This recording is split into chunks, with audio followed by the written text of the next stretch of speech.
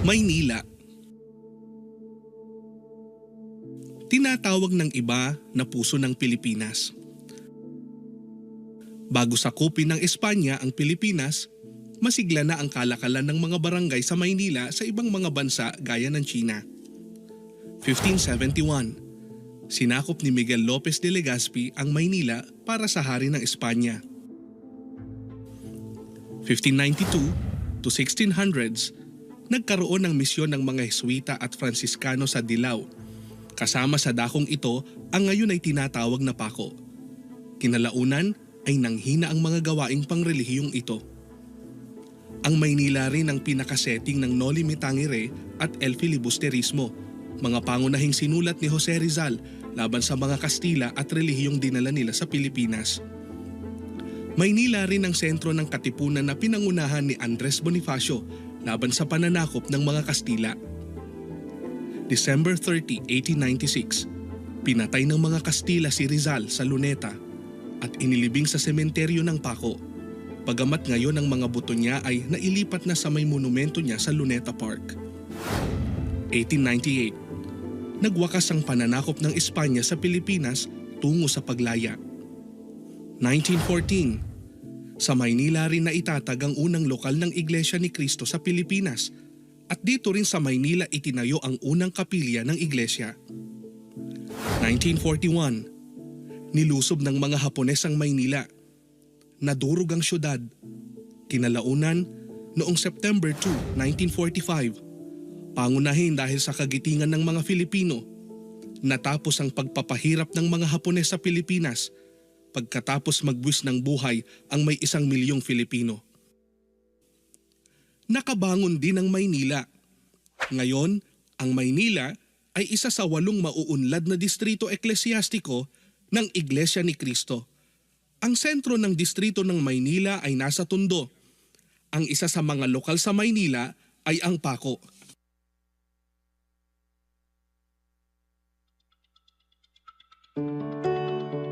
Maagang nagsimula ang masiglang misyon ng Iglesia ni Cristo sa Paco, Maynila.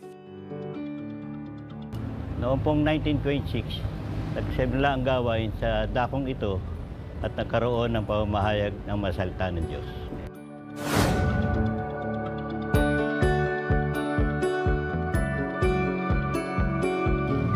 Ang pagsamba po ito ay isinagawa sa tahanan ni kapatid na Severino Ramos sa Daang Tangke at ang naging unang destinado po rito ay si kapatid na Mariano Castro. Dahil sa paglago ng bilang ng mga kapatid sa lokal, inilipat ang pagsamba sa bahay ni kapatid na Jose Evangelista sa Calle Gomez at sumunod naman ay sa tahanan ni kapatid na Gregorio San Jose sa Calle Dart na ngayoy Angel Linao Street.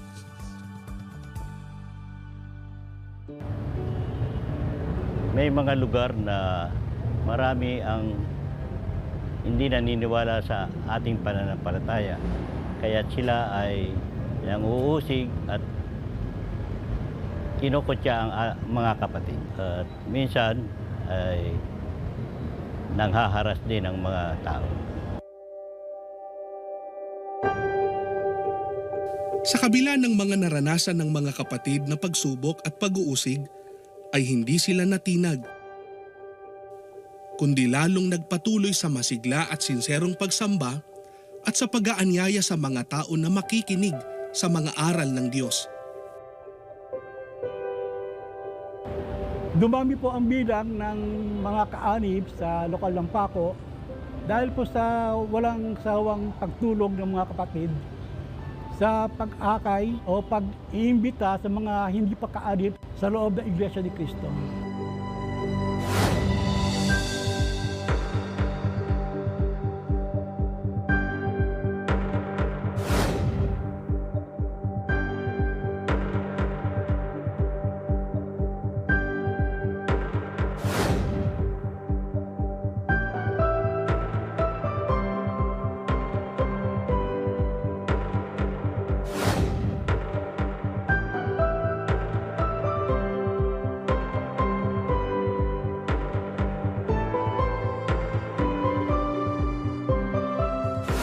December 24, 1957, Itinalaga sa Panginoong Diyos ang 1,500-seater na dakilang gusaling sambahan ng lokal ng Paco sa pagsambang pinangasiwaan ng kapatid na Felix Y. Manalo.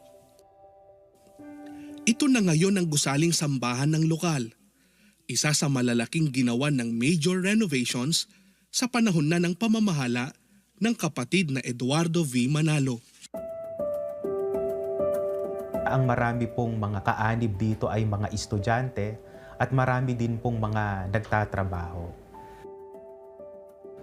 Nakita ko po sa mga kapatid, lalo na po sa mga may tungkulin, kung gaano sila kaalab sa pagtupad ng tungkulin, masigla sila na gumaganap ng iba't ibang aktibidad sa iglesia.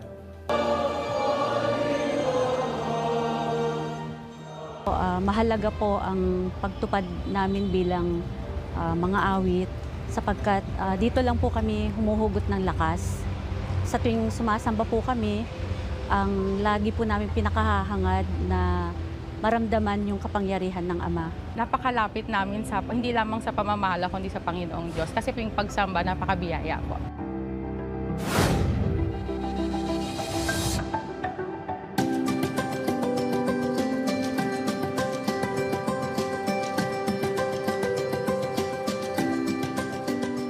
Dahil po sa patuloy na pagtuturo ng ating namamahala, ang pananampalataya po ay naisasalin po sa bawat henerasyon po ng mga hinirang niya. Lalo po sa amin, sa mga anak namin. At talagang tumatatak po sa aming puso at isipan yung mga laging itinuturo po ng ating pamamahala.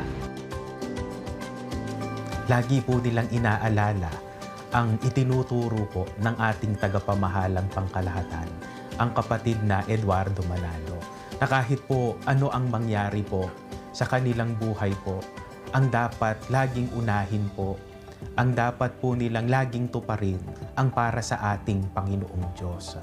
Ang lokal po ng Paco ang isa po sa mga bumalikat patungkol po sa gawaing pagpapalaganap. Napakabisa po ng pananalangin sa ating Panginoong Diyos sa panahon ng ating mga pagsamba sapagkat nararanasan po namin na ipinagkakaloob niya po ang aming mga hinihiling. Bagamat marami pong problema dumarating sa buhay ko, naibsan po siya sa pamamagitan po sa mga paitin sa pananalangin. Pinangako po sa ating Panginoong Diyos, habang ako'y nabubuhay, patuloy ko siyang paglilingkuran. Pupurihin, sasambahin ang kanyang pangalan. Ang pangako ko po ay habang ako'y nabubuhay at may lakas, ay hindi po ako titigil ng pagtupad ng tungkulin. At lalo na ang ating mga pagsamba sa ating Panginoon Diyos.